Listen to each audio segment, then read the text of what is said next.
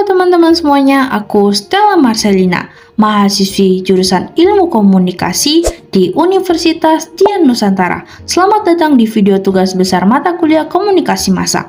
Aku kali ini akan membahas sedikit banyak tentang dunia yang begitu dekat dengan keseharian kita, yaitu komunikasi massa. Pernah nggak sih ya kita membayangkan atau bertanya-tanya apa sih bedanya komunikasi massa dengan media massa? Yuk kita bahas satu persatu. Seringkali kita menyamakan kedua istilah ini, padahal ada loh perbedaan fundamentalnya. Komunikasi massa itu merujuk pada proses penyampaian pesan kepada khalayak luas atau bisa dibilang kepada banyak orang sekaligus. Nah, kalau media massa itu adalah alat atau saluran yang digunakan untuk proses komunikasi massa ini. Jadi gampangnya, komunikasi massa itu adalah prosesnya, sedangkan media massa itu adalah alatnya.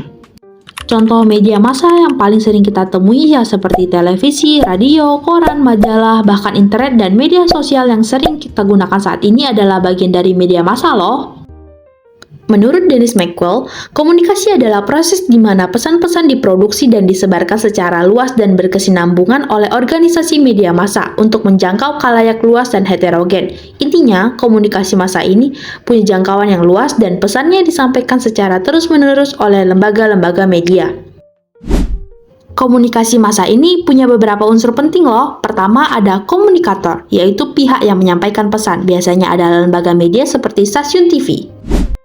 Kedua, ada pesan, yaitu informasi atau isi yang ingin disampaikan.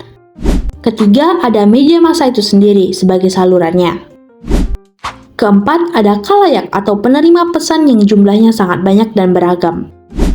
Dan kelima, ada efek, yaitu dampak yang ditimbulkan dari pesan tersebut kepada khalayak.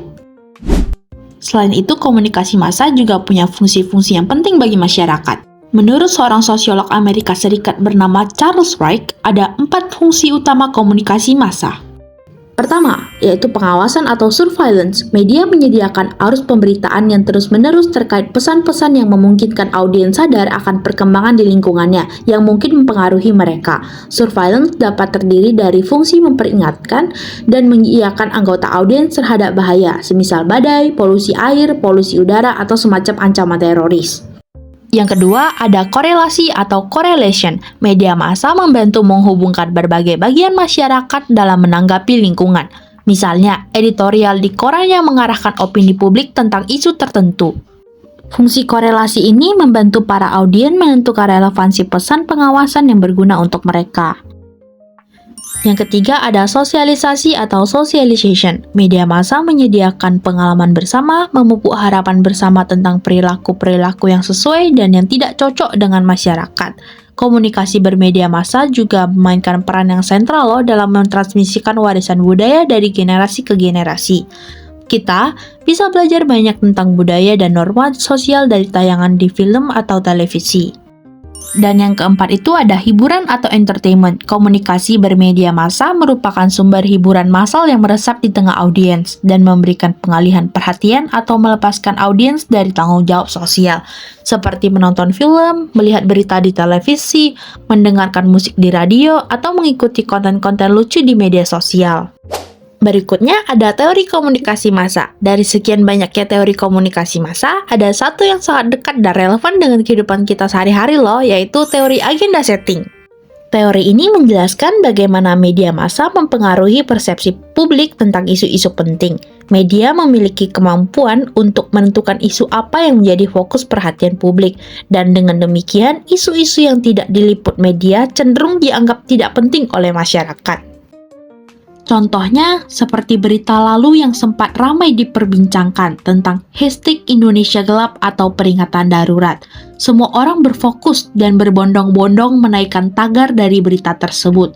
Padahal nyatanya, masih ada banyak masalah atau berita di negara kita seperti korupsi. Tapi, karena mayoritas media massa secara terus-menerus menyoroti isu tersebut, maka publik akan cenderung menganggap isu tersebut sebagai isu yang paling penting dan mendesak. Meskipun mungkin ada isu lain yang tak kalah penting. Tetapi karena media fokus pada isu itu, publik jadi ikut menganggapnya penting.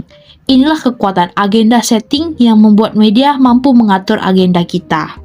Nah, itu dia pembahasan singkat kita tentang komunikasi massa, mulai dari perbedaan dengan media massa, definisi, unsur, fungsi, hingga salah satu teorinya, yaitu teori agenda setting.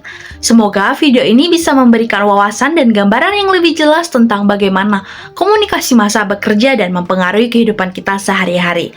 Sampai jumpa dan terima kasih.